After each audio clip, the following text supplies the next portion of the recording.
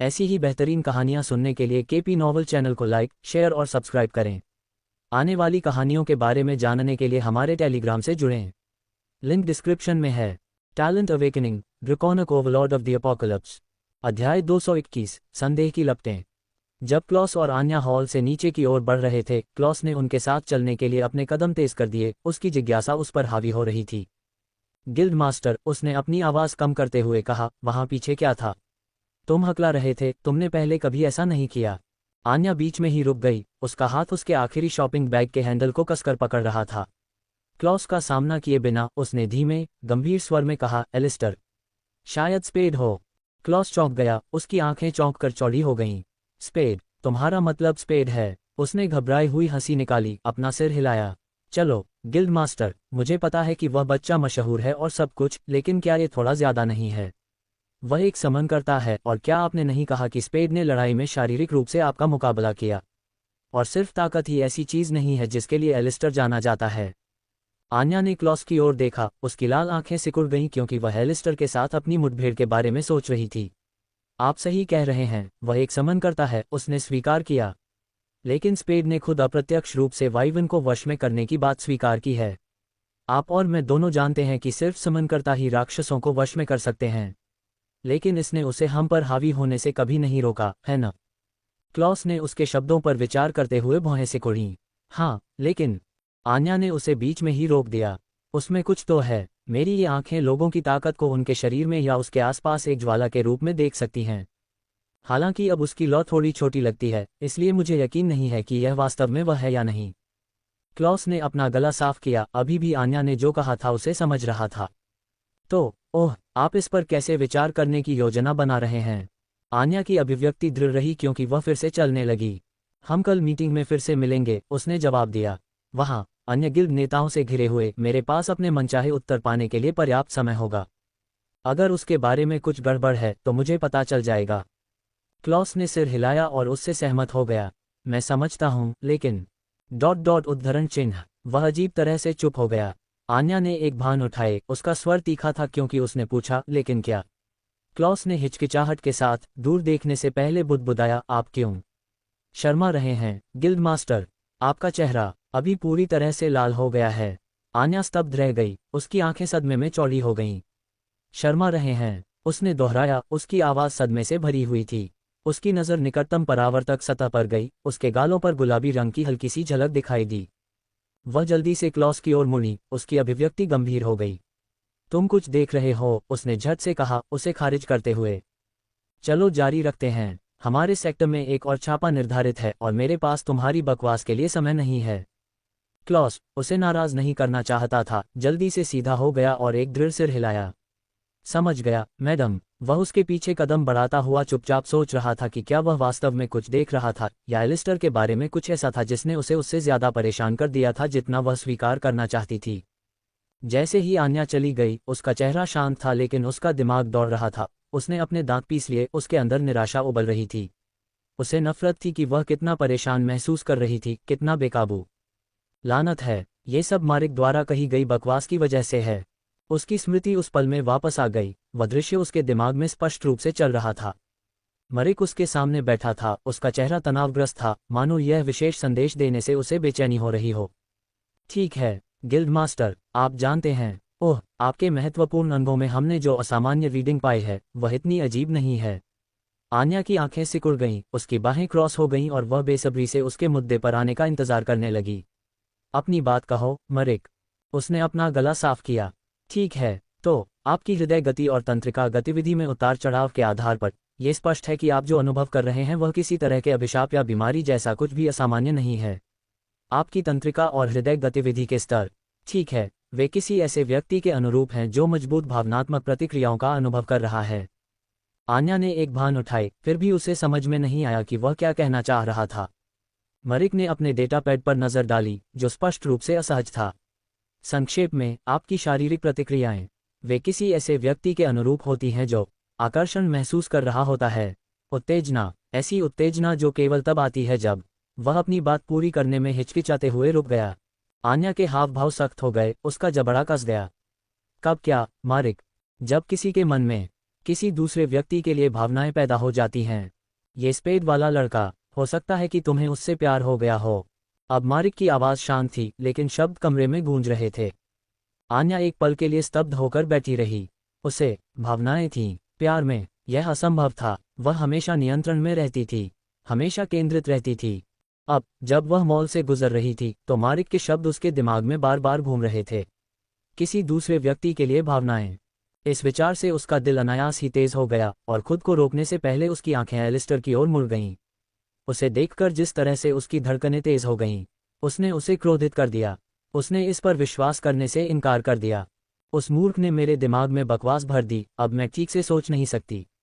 लानत है, ये हास्यास्पद है, उसने सोचा, मारिक के निदान से उत्पन्न हुई बेचैन करने वाली भावनाओं को दूर करने की कोशिश करते हुए। उसे यकीन था कि जो वह महसूस कर रही थी उसका प्यार से कोई लेना देना नहीं था। लेकिन चाहे उसने खुद को समझाने की कितनी भी कोशिश की हो, सच्चाई उसके दिमाग के पीछे से उसे नोचती रही। उसके पास कोई स्पष्टीकरण नहीं था कि जब वह स्पेड के बारे में सोचती थी तो उसका दिल ऐसा क्यों व्यवहार करता था, क्यों उसकी मौजूदगी से उसे इतना अस्थिर महसूस होता था। दांत पीसते हुए आन्या ने खुद को ध्यान केंद्रित करने के लिए मजबूर किया, विचारों को दफनाने की कोशिश की। वह मारिक जैसे मूर्ख या किसी और को अपनी भावनाओं को नियंत्रित नहीं करने देगी। वह एक गिल्ड मास्टर, एक योद्धा थी और कमजोरी के लिए कोई जगह नहीं थी। लेकिन संदेह उसके दिमाग में बना रहा, इसलिए वह अब खुद के बारे में भी पूरी तरह से आश्वस्त नहीं थी। अब वह उन विचारों को दूर करने का एकमात्र तरीका ये सोचना था। ये स्वीकार करना कि मैं ऐसा महसूस करती हूँ कमजोरी का संकेत है। इसका मतलब है कि मैं उन भावनाओं को अपने नियंत्रण से बाहर जाने देने के लिए सहमत हो गया हूं जो मेरे कार्य करने और तर्क करने के तरीके को प्रभावित करती हैं। लेकिन मैं ऐसा कभी नहीं होने दूंगा, क्योंकि मैं सबसे मजबूत लोगों में से एक हूं और सबसे मजबूत हमेशा नियंत्रण में रहते हैं। लेकिन केवल समय ही बताएगा कि ये दृष्टिकोण उसके लिए कितना प्रभावी होगा। लेडी एको और उनका समूह आखिरकार फिनिस फैब्रिकेशन में पहुंचे, जो मॉल के सबसे खास विंग में स्थित एक उच्च श्रेणी के कपड़ों का बुटीक है। स्टोरफ्रंट ऊपर लटके हुए चमकीले सफेद प्रकाश पैनलों के नीचे चमक रहा था। इसका विशाल पारदर्शी प्रवेश द्वार नवीनतम कपड़ों के संग्रह का विज्ञापन करने वाले स्लीक होलो डिस्प्ले से घिरा हुआ था। स्टोर का नाम नियन नीले अक्षरों में चमक रहा था, जो हवा में धीरे धीरे स्पंदित हो रहा था, जैसे कि वह सांस ले रहा हो। जैसे ही वे अंदर गए, उन्हें पृष्ठभूमि में शास्त्रीय धुन बजाते हुए सिंथेटिक तारों की कोमल गुनगुनाहट से स्वागत किया गया। अंदर का दृश्य बाहर के मॉल से बिल्कुल अलग था। होलोग्राफिक पुतलों से भरी बड़ी खुली जगहें हवा में शानदार ढंग से तैर रही थीं, जो प्रीमियम फैशनेबल आउटफिट्स दिखा रहे थे। हल्के नीले रंग के टिंटेड ग्लास से बने डिस्प्ले शेल्फ जमीन से ऊपर लटके हुए थे, जो ग्राहकों की मौजूदगी के हिसाब से हिलते डुलते रहते थे।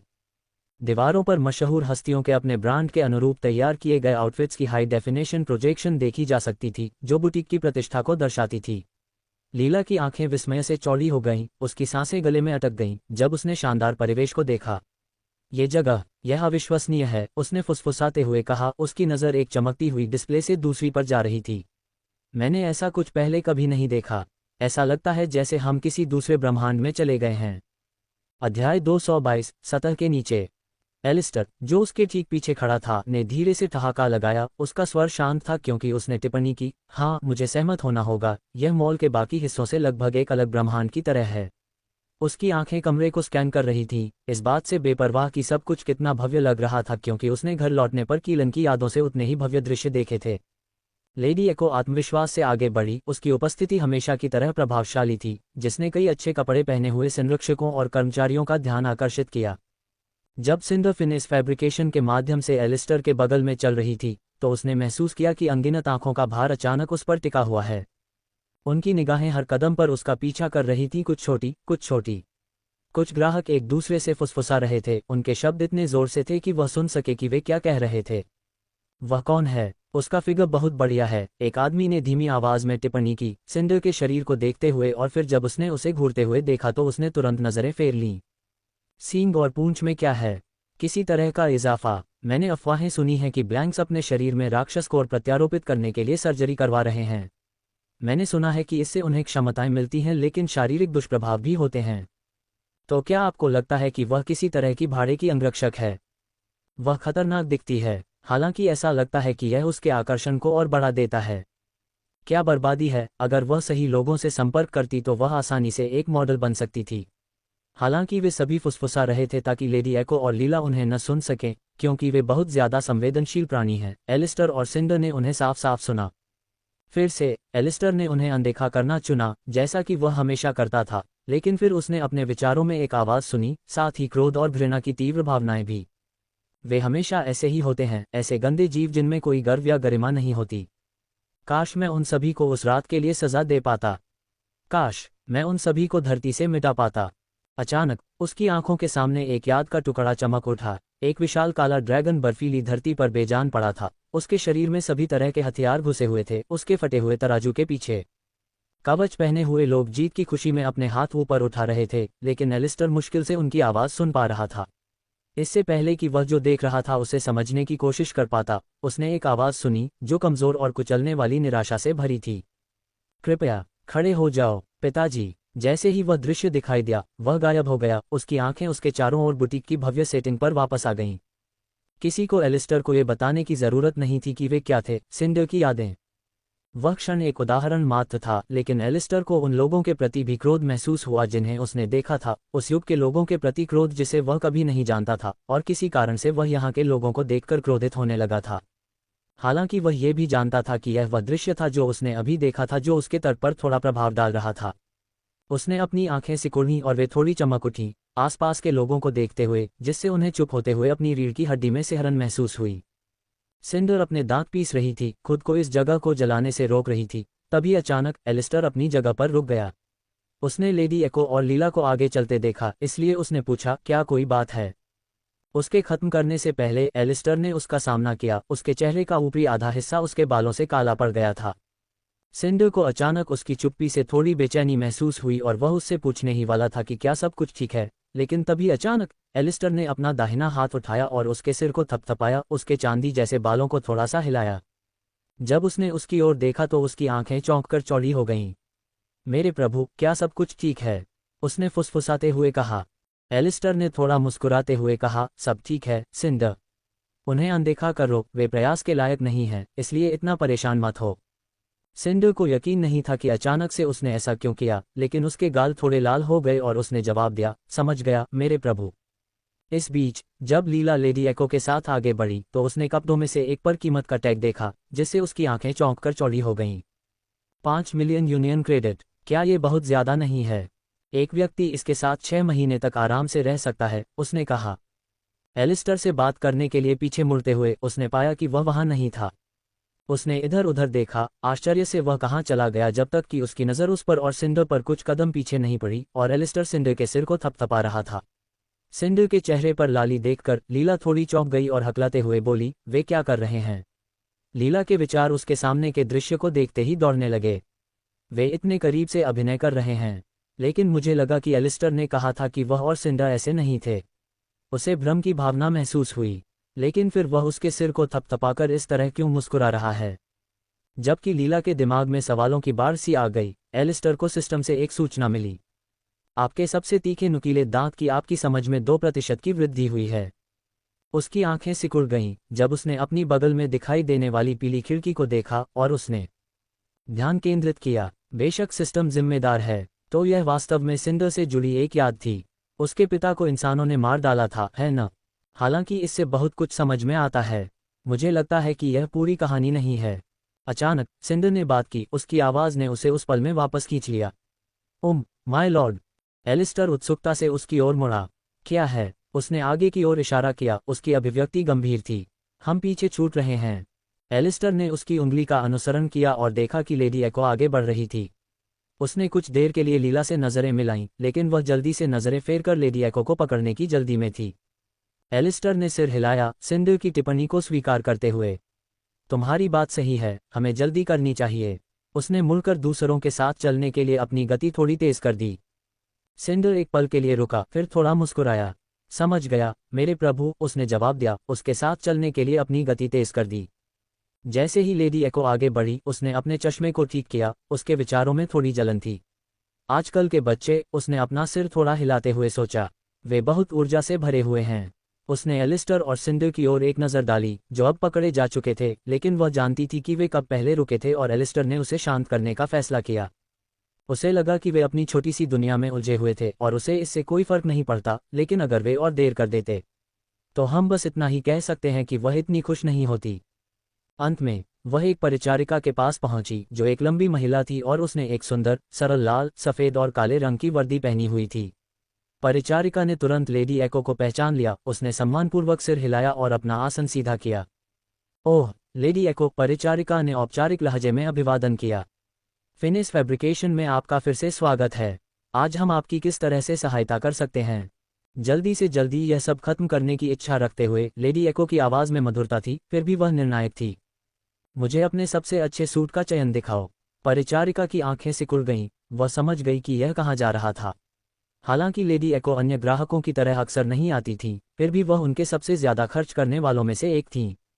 अध्याय 223, स्टाइल में सूट पहनना। उसकी धारणा स्पष्ट थी, उसका मानना था कि सूट लेडी एको के लिए ही थे। संभवतः वह उम्मीद कर रही थी कि वह अपने शक्तिशाली और परिष्कृत व्यक्तित्व से मेल खाने के लिए कुछ भव्य और बोल्ड चाहेगी। बेशक, परिचारिका ने जवाब दिया, मैं आपके लिए कुछ तैयार करूंगी। उसके लिए लेडी एको ने बीच में ही टोकते हुए एलिस्टर को सामने लाने के लिए शालीनता से एक तरफ कदम बढ़ाया, जो उसके ठीक पीछे खड़ा था। सूट युवक के लिए हैं। परिचारिका ने आश्चर्य से पलकें झपकाईं, उसकी नज़र एलिस्टर पर चली गई। एक पल के लिए वह उलझन में दिखी, लेकिन फिर उसने जल्दी से खुद को संभाला, अप्रत्याशित अनुरोध को संसाधित करते हुए एक बार फिर सिर हिलाया। बहुत अच्छा, युवा सज्जन के लिए, उसने जवाब दिया। उसने बुटीक के एक हिस्से की ओर इशारा किया जो विशेष ग्राहकों के लिए आरक्षित था। कृपया मेरे पीछे आओ और मैं तुम्हें हमारे बेहतरीन चयन दिखाऊंगी। ... लेडी एको, सिंडर और लीला पर्दे खींचे हुए चेंजिंग बूथ के बाहर खड़ी थीं, धैर्यपूर्वक प्रतीक्षा कर रही थीं, जबकि एलिस्टर अंदर सूट पहनकर देख रहा था। माहौल लगभग शांत लग रहा था, केवल बुटीक के बैकग्राउंड म्यूजिक की हल्की गुनगुनाहट ही जगह को भर रही थी। लेडी एको अपनी बाहें क्रॉस करके खड़ी थी, उनका हाव भाव हमेशा की तरह शांत था, जबकि सिंडर कभी कभी पर्दे की तरफ देख रहा था और लीला उसके बगल में घबराई हुई थी। पास में खड़ा अटेंडेंट बोलने लगा, श्री एलिस्टर जिस सूट को पहनकर देख रहे हैं वह ग्रेड ए मॉन्स्टर से प्राप्त सामग्रियों के मिश्रण से बना है। मुख्य कपड़ा डार्क अरचिनिस के रेशम से बुना गया है, जो अपने उल्लेखनीय स्थायित्व और लचीलेपन के लिए जाना जाता है। यह विशेष रेशम फटने के लिए प्रतिरोधी है और अत्यधिक गर्मी और ठंड दोनों को झेल सकता है, जिससे यह विभिन्न स्थितियों में लंबे समय तक उपयोग के लिए आदर्श है। उसने कपड़ों के परीक्षण के विभिन्न तरीकों को प्रदर्शित करने वाले एक वीडियो की ओर इशारा किया।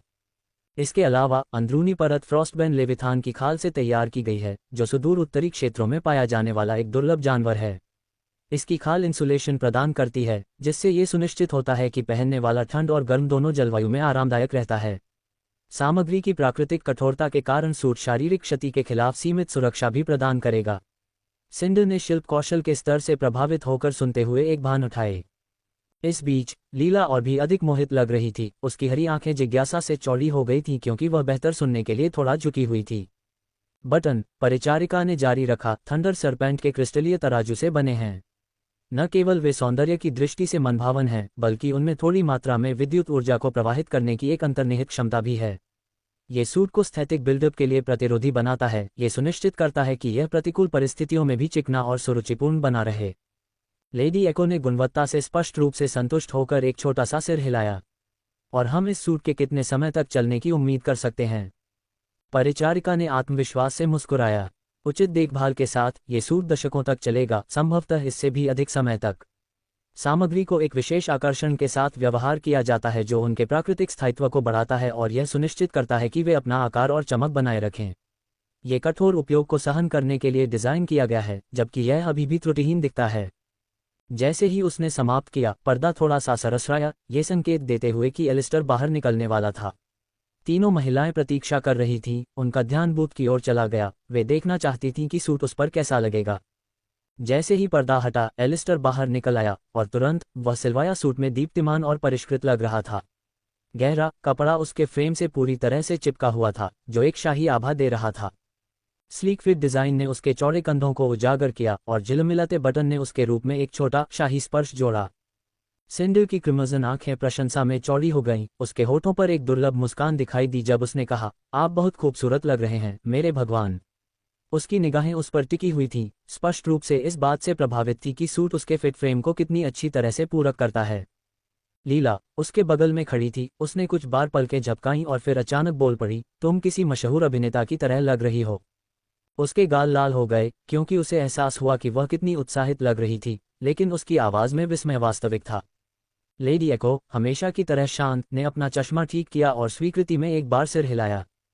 प्रभावशाली, उसने कहा, ये तुम पर बहुत बढ़िया लग रहा है। एलिस्टर, उनकी तारीफों के कारण थोड़ा संकोची महसूस करते हुए, एक विनम्र मुस्कान पेश की। धन्यवाद, उसने कहा, उसका हाथ उसकी गर्दन के चारों ओर कॉलर पर चला गया। उसने इसे धीरे से खींचा, उसकी भौं थोड़ी सिकुड़ गई, जबकि वह बोल रहा था, हालांकि यह थोड़ा तंग है। लेडी एको ने अपना सिर थोड़ा हिलाया। ऐसा इसलिए है क्योंकि यह नया है। एक बार जब आप इसे कुछ समय के लिए पहन लेंगे, तो ये ढीला हो जाएगा और अधिक आराम से फिट होगा। उसने इतनी शांति से बात की जैसे कि वह इस समस्या से पहले अनगिनत बार निपट चुकी हो। जो कुछ उसने देखा उससे संतुष्ट होकर लेडी एको ने अपना ध्यान वापस अटेंडेंट की ओर मोड़ा। वह इसे ले जाएगा। रुको, क्या आपके पास कोई और है? हमें अलग अलग मौकों के लिए कुछ और विकल्पों की ज़रूरत होगी। अटेंडेंट ने जल्दी से सिर हिलाया, उसके चेहरे पर अभी भी मुस्कान थी। बेशक, लेडी एको, मैं तुरंत कुछ और विकल्प लाऊंगी। उसने बुटीक के दूसरे हिस्से की ओर इशारा किया, जो लेडी एको के मानकों को पूरा करने के लिए अतिरिक्त विकल्प पेश करने के लिए तैयार था। एलिस्टर की आंखें चौंक कर चौड़ी हो गईं क्योंकि लेडी एको ने लापरवाही से और सूट मांगे। उसने जल्दी से बात रोकी, रुको, और क्या ये कपड़े वाकई महंगे नहीं हैं? लेडी एको ने उसकी ओर देखा, उसका भाव शांत और अडिग था। वे उद्धरण चिन्ह ... लेकिन तुम्हें उनकी ज़रूरत पड़ने वाली है। एलिस्टर ने अपनी आंखें सिकोड़ लीं, थोड़ा बेचैन महसूस करते हुए। और तुम इस बारे में इतने आश्वस्त कैसे हो? बिना किसी हिचकिचाहट के लेडी एको ने जवाब दिया, अंतर्ज्ञान। उसने अपनी मुद्रा को थोड़ा सीधा किया। और मेरी सहज प्रवृत्ति कभी गलत नहीं होती। एलिस्टर ने पलक झपकाए, क्षण भर के लिए चौंक गया। क्या? लेकिन इसका कोई मतलब नहीं है। उसके वाक्य को पूरा करने से पहले लेडी एको ने अपनी आवाज़ उठाई और सूट अटेंडेंट, जो पास में खड़ी थी, तुरंत मुस्कुराई, जवाब में अपना सिर थोड़ा झुकाया। तुरंत, लेडी एको, उसने कहा, अगले चयन को लाने के लिए जल्दी से चली गई। एलिस्टर ने एक छोटी सी आह भरी, यह महसूस करते हुए कि आगे की कोई भी आपत्ति बहरे कानों पर नहीं पड़ेगी। उसने सिंडर और लीला की ओर देखा, जो दोनों दृश्य को देखने में संतुष्ट लग रहे थे। हार मानते हुए उसने बुदबुदाया, मुझे लगता है कि मैं आज एक नया अलमारी खरीदूंगा। अध्याय 224, नई खोज, पहला संकेत। विभिन्न सूट और कैजुअल लेकिन फैशनेबल आउटफिट्स को आजमाने में अनंत काल जैसा महसूस होने के बाद एलिस्टर आखिरकार काउंटर पर खड़ा था, चेकआउट करने के लिए तैयार। अटेंडेंट ने एक कैलकुलेटर पकड़ा हुआ था, उसकी उंगलियां बटनों पर घूम रही थीं और वह कपड़ों के प्रत्येक टुकड़े की कीमत जोड़ते हुए नंबर बोल रही थी। Dark Arachnis suit 1.5 million union credit. Frostbane leviathan outer coat 2.2 million. Thunder serpent accessories 500,000 credit. Casual wear bundle 3.8 million credit. Alistair को हर फिगर के साथ अपना पेट डूबता हुआ महसूस हुआ। जब तक वह खत्म करती, तब तक कुल राशि छाती पर हथौड़े की तरह लगती थी। यह 8 मिलियन यूनियन क्रेडिट होगा, अटेंडेंट ने एक विनम्र मुस्कान के साथ कहा, जैसे कि वह मौसम पर चर्चा कर रही हो। एलिस्टर और लीला की आंखें चौंक कर चौड़ी हो गईं। 8 मिलियन, वे दोनों ने कहा। यह उससे भी ज्यादा है, ज्यादा जो ज्यादातर लोग एक साल में कमाते हैं, लीला ने कहा। अटेंडेंट शांत रही, उसकी मुस्कान कभी फीकी नहीं पड़ी। हाँ, 8 मिलियन क्रेडिट, उसने पुष्टि की, थोड़ा सिर हिलाया जैसे कि यह एक नियमित खरीदारी हो। एलिस्टर लेडी एको की ओर मुड़ा, उसे अपने विचार बताने के लिए तैयार। लेडी एको, मैं ये बहुत ज्यादा है। मैं इसे वहन नहीं कर सकता। मुझे गिल्ड द्वारा केवल एक बार भुगतान किया गया है और यूनियन ने वेस्टलैंड डिस्प्ले से पुरस्कार भी नहीं दिया है। इससे पहले कि वह अपनी बात पूरी कर पाता, लेडी एको ने अपना हाथ उठाया, उसे बीच वाक्य में चुप करा दिया। वह उसके करीब आ गई, बोलते समय उसका भाव ठंडा लेकिन संयमित था। एलिस्टर, उसने कहा, उसके लहजे में बहस की कोई गुंजाइश नहीं थी, आपका यूनियन कार्ड। एलिस्टर जम गया, उसकी ओर देखते ही उसका दिल तेजी से धड़कने लगा। मैं। लेडी एको झुकी, उसकी आवाज़ धीमी, खतरनाक फुसफुसाहट में बदल गई जिसे केवल वह सुन सकता था। मेरे साथ चालाकी मत करो, मिस्टर हेजनवर्थ। मुझे ठीक ठीक पता है कि तुम्हारे उस खाते में कितना पैसा आता जाता है। एलिस्टर ने पलकें झपकाईं, कुछ पल के लिए चौंक गया। क्या? मुझे पता है कि तुम अपरंपरागत तरीकों से पैसा कमा रहे हो, उसने तीखे शब्दों में कहा। मुझे सारी जानकारी नहीं है, लेकिन मुझे पता है कि तुम इसे आसानी से वहन कर सकते हो। उसने अपनी नज़रें सिकुड़ीं, उसके शब्दों का भार उसे दबाता हुआ महसूस किया। वह अनुमान नहीं लगा रही थी, उसे इतना पता था कि वह परेशान हो जाए। तो, लेडी एको ने कहा, थोड़ा पीछे हटते हुए लेकिन अपनी पैनी नज़र उस पर टिकाए रखते हुए, क्या तुम अपने खाते में धन के रहस्यमय प्रवाह के बारे में बताना चाहोगे, खासकर तब जब तुमने मास्टर यूतो से कहा है कि तुम कलकोटरी छापे पर नहीं जा सकते?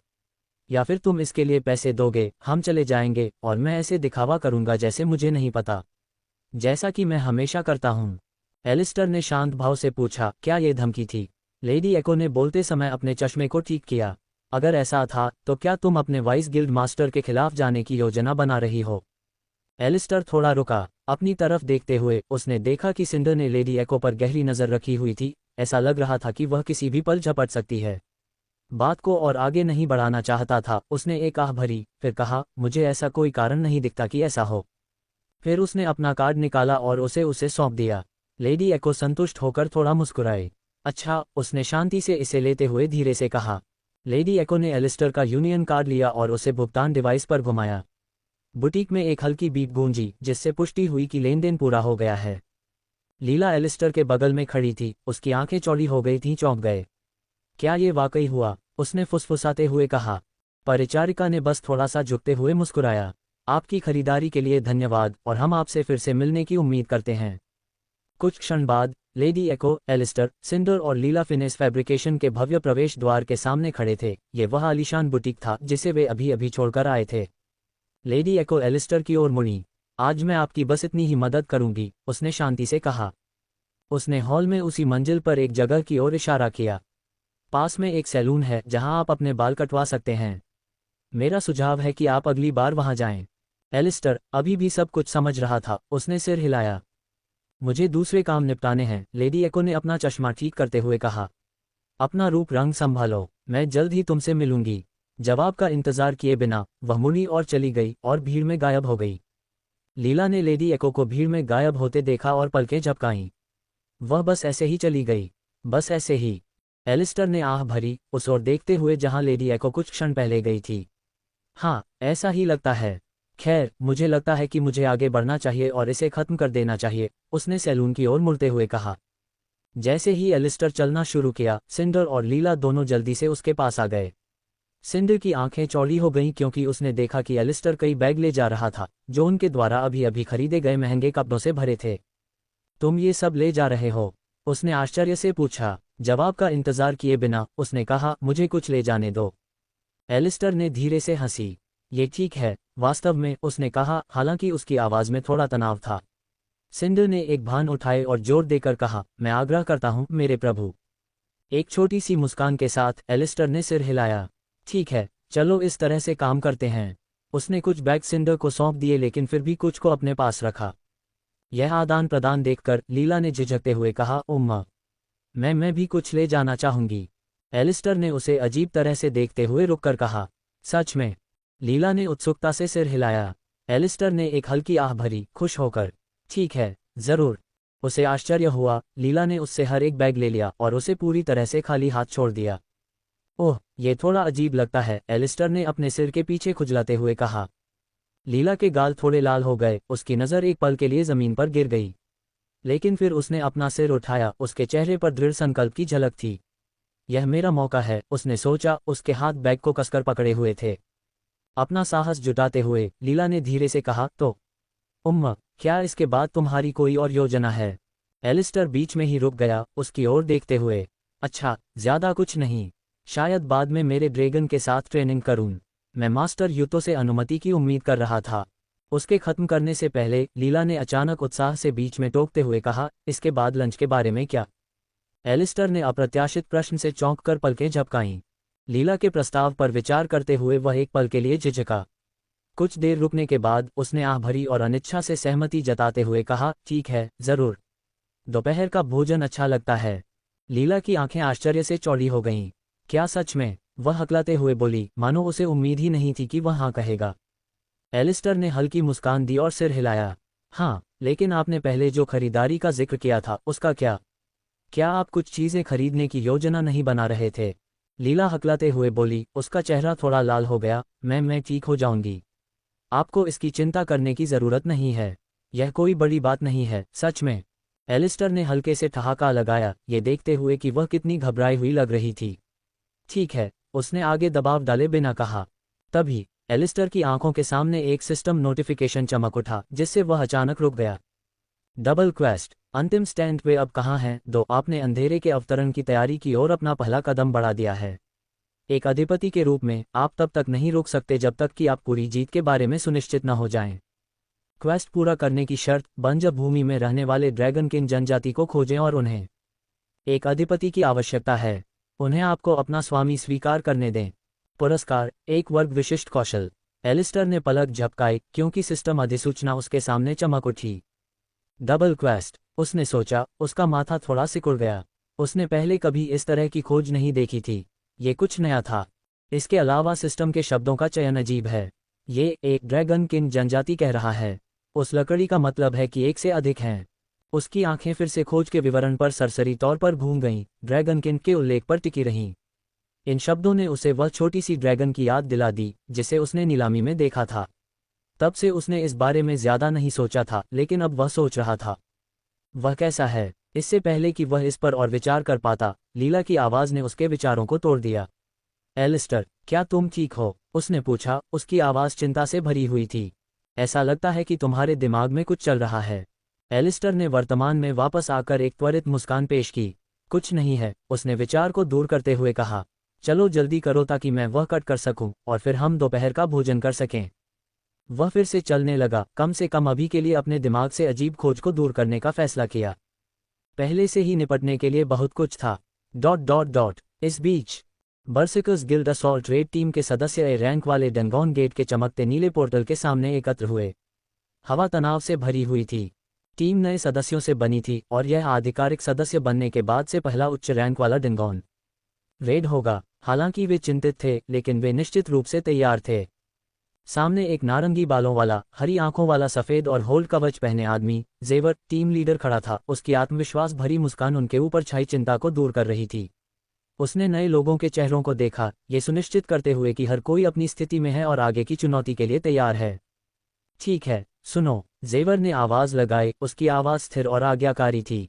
यह एक रैंक वाली कालकोठरी है और हम कोई गलती बर्दाश्त नहीं कर सकते। सभी को अपने खेल में शीर्ष पर होना चाहिए। नए सदस्यों में से एक, चेज, एक तरफ खड़ा था, अपने गियर को समायोजित कर रहा था और एक भावशून्य चेहरा बनाए रखकर अपने पेट में घबराहट को शांत करने की कोशिश कर रहा था। उसने अपने साथियों के चिंतित लेकिन दृढ़ भावों को देखते हुए चारों ओर नजर डाली।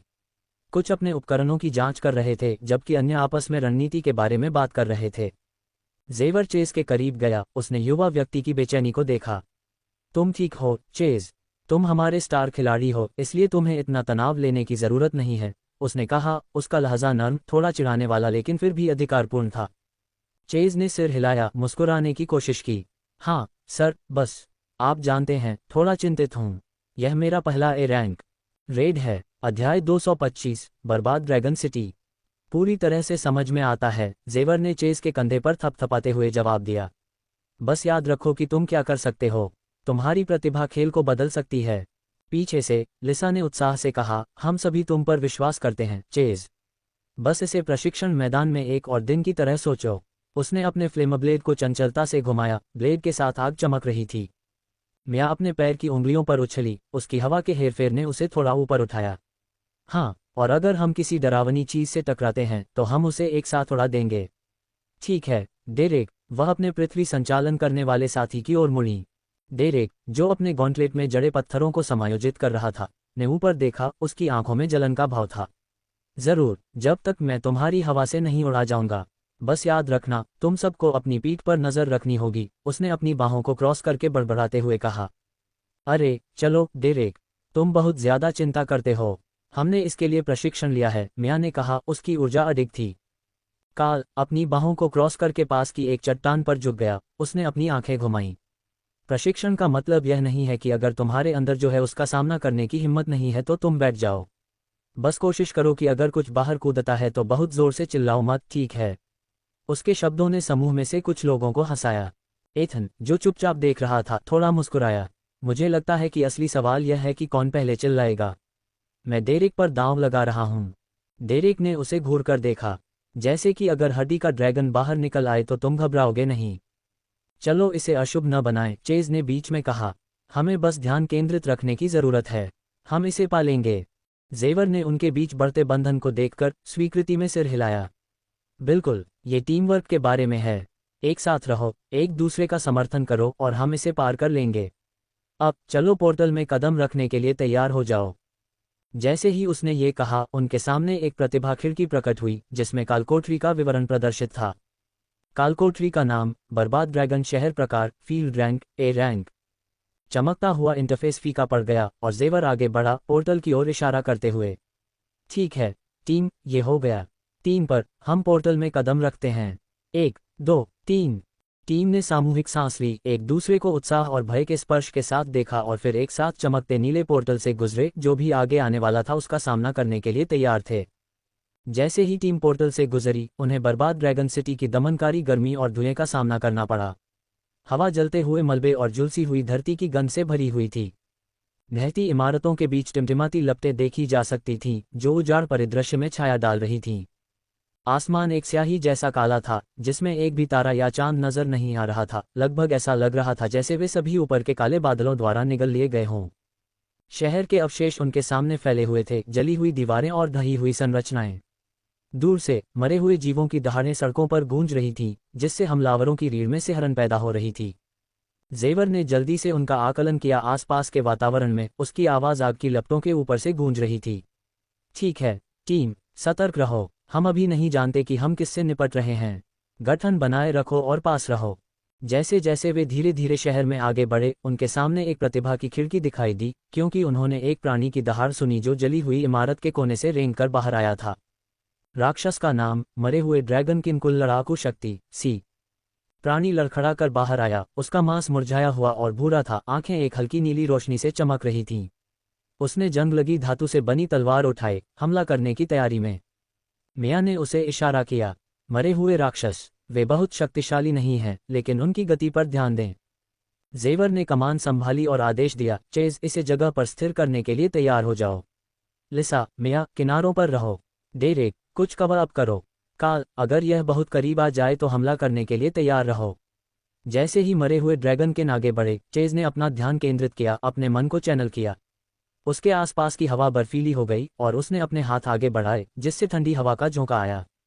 ठंड उस जीव की ओर बढ़ी, उसे बर्फ में लपेट दिया और उसकी प्रगति को रोक दिया। अच्छा काम किया चेज, लिसा ने खुशी से कहा। अब चलो इसे खत्म करते हैं। लिसा तेजी से आगे बढ़ी, उसका फ्लेमब्लेड धधकती आग में बदल गया। उसने बर्फ को चीरते हुए नीचे की ओर वार किया और मरे हुए प्राणी को 2 हिस्सों में काट दिया। दोनों हिस्से एक धीमी आवाज के साथ जमीन पर गिरे, जिससे आग की लपटों ने उन्हें भस्म कर दिया। बस ऐसे ही हम एक बेहतरीन टीम बनाते हैं, उसने अपने साथियों की ओर एक चमकदार मुस्कान के साथ देखते हुए कहा। एक गिर गया, जेवर ने कहा, और अधिक खतरों के लिए चारों ओर नजर घुमाते हुए। चलते रहो, सतर्क रहो। टीम खंडहरों में गहराई तक जाती रही, सावधानी से मलबे पर कदम रखते हुए और आग के धब्बों से बचते हुए। जैसे जैसे वे आगे बढ़े, उनके चारों ओर दूर से मरे हुए प्राणियों की गड़गड़ाहट गूंजने लगी, जो टूटते हुए पत्थर की आवाज के साथ मिल गई।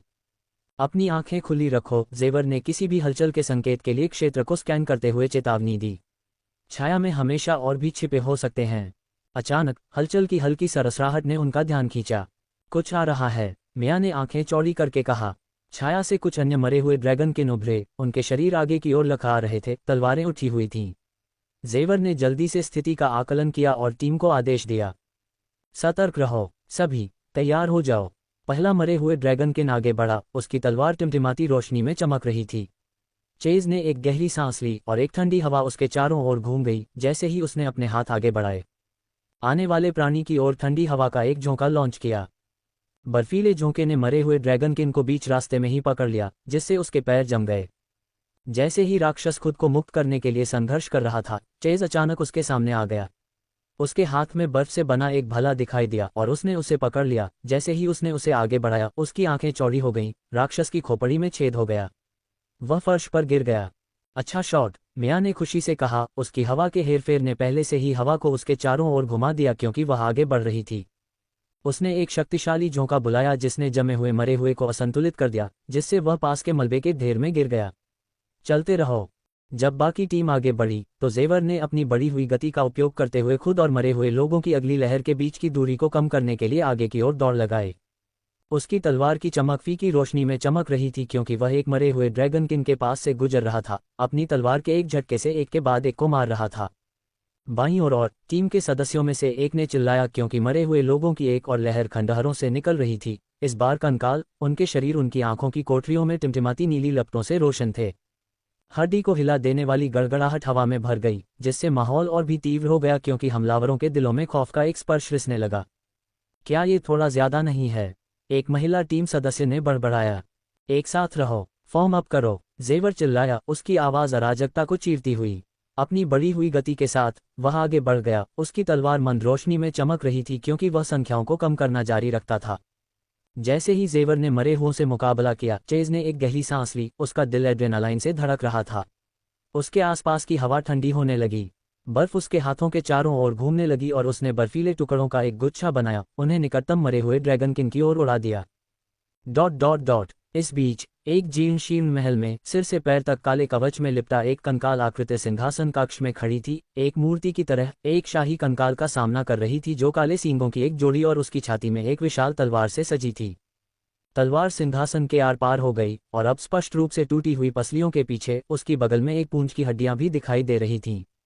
बख्तरबंद आकृति हिल गई और अचानक उसके हेलमेट के छज्जों में नीली लपटें जलने लगीं। वह धीरे से घूमा और बड़बड़ाया, मेरे स्वामी, ऐसा लगता है कि हमारे साथ कोई है। सिंहासन पर बैठे गतिहीन कंकाल का सामना करने के लिए पीछे मुड़ते हुए काले कवच में आकृति ने कहा, आपको चिंता करने की जरूरत नहीं है मेरे स्वामी, आराम से रहें, मैं उन्हें खुद संभाल लूंगा। मुझे माफ करें, लेकिन मुझे अपनी तलवार उधार लेने की जरूरत पड़ सकती है। राक्षस आगे बढ़ा और धीरे धीरे ब्लेड को उस जगह से खींचने लगा जहां वह सिंहासन और पसलियों में धंसा हुआ था। जैसे ही उसने ऐसा किया, ब्लेड पर नीले रंग के रन दिखाई देने लगे, नीली बिजली के साथ चटकने लगे। फिर आकृति मुड़ी और बाहर निकलने की ओर बढ़ गई। जैसे ही वह आगे बढ़ा, वह अन्य आकृतियों के कंकाल अवशेषों के पास से गुजरा जो इसी ब्लेड के हाथों मारे गए थे। कुछ को बीच से काटा गया था जबकि अन्य को बगल से काटा गया था। देखने से कोई यह बता सकता था कि कोई संघर्ष नहीं हुआ था, प्रत्येक को तुरंत वहीं समाप्त कर दिया गया था जहां वे खड़े थे। बाहर निकलने पर काले कवच में आकृति ने क्षितिज की ओर देखा, दूर से आग की लपटों के साथ बर्बाद शहर को देखा। फिर उसकी आंखें वहां उतरी जहां एक बहुत बड़ा धमाका सुना जा सकता था। फिर उस आकृति ने घोषणा की, मैं अलेक्सी वॉन वेलोरवॉर्ड किसी भी घुसपैठिए को मेरे स्वामी या उनके लोगों के विश्राम स्थल को परेशान करने की अनुमति नहीं दूंगा। अध्याय 226 शॉट्स का तूफान। अपनी कलाई के एक झटके से चेज ने बर्फ के टुकड़ों का एक तूफान छोड़ा जो मरे हुए लोगों को छेदता हुआ अंदर घुस गया। प्रत्येक टुकड़ा एक तीखी दरार के साथ खुद को अंदर धंसा रहा था। बर्फ के टुकड़े की बौछार, वह चिल्लाया, बर्फ के टूटने की आवाज हवा में गूंज रही थी क्योंकि मरे हुए लोग पीछे की ओर लड़खड़ा रहे थे, अपनी जगह पर जमे हुए थे। शानदार, जेवर ने वापस पुकारा, इसे जारी रखो चेज। चेज ने आगे धक्का दिया। उसने अपना हाथ आगे बढ़ाया जिससे जमीन से तेज बर्फ के कांटे उछलने लगे। वे भाले की तरह उछले जो किसी भी मरे हुए व्यक्ति को छेदते हुए निकल गए। बर्फ के कांटे, उसने ध्यान में अपने दांत पीसते हुए चिल्लाया। कांटे मरे हुए लोगों के दूसरे समूह के पैरों के नीचे से फूटे, उन्हें चौंका दिया और एक पल में उन्हें ठोस रूप से जमा दिया। अरे ये कमाल है, मिया ने चिल्लाते हुए खुद को हवा में उछालने के लिए हवा में हेरफेर का इस्तेमाल किया, जंग लगी तलवार से आने वाले वार को चकमा दिया। चेज, उन स्पाइक्स को जारी रखो। एक सिर हिलाते हुए चेज ने बर्फ के स्पाइक्स बनाना जारी रखा, एक स्थिर बहिराज बनाए रखा जबकि उसके साथियों ने मरे हुओं को उलझाया। एक विशेष रूप से फुर्तीला मरे हुए ड्रैगन किंग ने उस पर हमला किया, तलवार उठाई, कई बर्फ के टुकड़ों को पार करते हुए जो उसने उस पर फेंके। चेज ने बस अपनी आंखें सिकोड़ लीं बिना किसी परेशानी के। एक बार जब वह काफी करीब आ गया तो चेज ने बर्फ का एक भाला बुलाया और उसे फेंक दिया। बर्फ का भाला, उसने चिल्लाया। भाला मरे हुओं की छाती को छेदता हुआ बर्फ के एक विस्फोट में फट गया जिससे वह ठोस रूप से जम गया। टीम ने अराजकता के अनुकूल होने के लिए दबाव डाला। डेरेक आगे बढ़ा, अपने पैरों के नीचे की धरती को हेरफेर करते हुए। मैं हमारे लिए कुछ कवर बनाऊंगा, उसने चिल्लाया। टीम और आने वाले मरे हुओं के बीच पत्थर की एक दीवार खड़ी कर दी। दीवार जमीन से फट गई जिससे कई मरे हुए लोग उन तक पहुंचने से रुक गए। अच्छा हुआ डेरेक, लिसा ने चिल्लाते हुए अपने फ्लेमब्लेड को घुमाते हुए एक मरे हुए व्यक्ति को चौंका दिया, उसकी गर्दन को काट दिया। जैसे ही उसने दूसरे प्राणी को मारा, उसके चारों ओर धीरे धीरे लपटें उठने लगी, उनके शरीर जल गए, अंगारे उसके चारों ओर घूमने लगे। चलो गर्मी बढ़ाते हैं। जैसे ही दीवार ढह गई और मरे हुए लोग टूटने लगे, जेवर ने आने वाले राक्षसों के चारों ओर हमला किया। उसकी गति ने उसे आसानी से बचने की अनुमति दी। वह घूमा और वार किया और अधिक से अधिक राक्षसों को मार गिराया। धक्का देते रहो, हम बहुत बढ़िया कर रहे हैं, उन्होंने प्रोत्साहित करते हुए अपनी टीम की ओर देखा क्योंकि वे एक साथ इकट्ठा हो रहे थे। मृतक आगे बढ़े, उनके क्षत विक्षत अंग तेजी से झटके खा रहे थे क्योंकि वे जंग लगी तलवारें और पंजे घुमा रहे थे। चेज ने पीछे हटते हुए अपनी बाहें ऊपर उठाईं और आइस स्पाइक्स की एक और लहर को बुलाया। तीव्र मैनाड्रेन से उसके हाथ थोड़े कांप रहे थे, लेकिन उसकी हरकतें अभी भी सुस्त नहीं थीं। जैसे ही स्पाइक्स जमीन से निकले, उन्होंने कई मरे हुओं को छेद दिया, उन्हें तेज चटकती बर्फ से जमते हुए। मिया हवा में उछली, उसके पैरों के नीचे हवा के झोंकों से उसका हल्का शरीर ऊपर उठा। अपने विंड ब्लेड से उसने क्षैतिज रूप से वार किया, जिससे हवा का एक तेज चाप बना जो मरे हुओं के पैरों को चीरता हुआ ढेर में गिर गया। वह हवा में घूमी, एक और पंजे के वार से बचती हुई, क्योंकि वह उस पर छलांग लगाने की कोशिश कर रही थी। उसका फटा हुआ शरीर मुश्किल से उससे बच पाया, क्योंकि वह ऊपर की ओर बढ़ रही थी। ऊपर उसके नीचे डेरेक खड़ा था, उसके पैर चौड़े थे और वह अपने नीचे की धरती को नियंत्रित कर रहा था। उसने अपने हाथ आगे बढ़ाए, जमीन से एक पत्थर की मुट्ठी भेजी। धरती का एक बड़ा टुकड़ा जो सीधे एक मरे हुए ड्रैगन किंग योद्धा पर जा गिरा, उसकी हड्डियों को चकनाचूर कर दिया और उसे वापस उड़ा दिया। जैसे जैसे और मरे हुए करीब आते गए, डेरेक ने अपना हाथ उठाया, एक पत्थर की ढाल बनाई जिसने जंग लगी तलवारों में से एक के शक्तिशाली झटके को विक्षेपित किया। प्रभाव ने पत्थर के माध्यम से कंपन भेजा, लेकिन ये दृढ़ रहा। लिसा अग्रिम पंक्ति के करीब चली गई, उसका फ्लेमब्लेड चमक उठा। उसने एक गहरी सांस ली, उसके पैर एक तैयार मुद्रा में बदल गए क्योंकि वह आगे बढ़ी। उसकी तलवार ने एक चार्ज करने वाले मरे हुए को साफ काट दिया।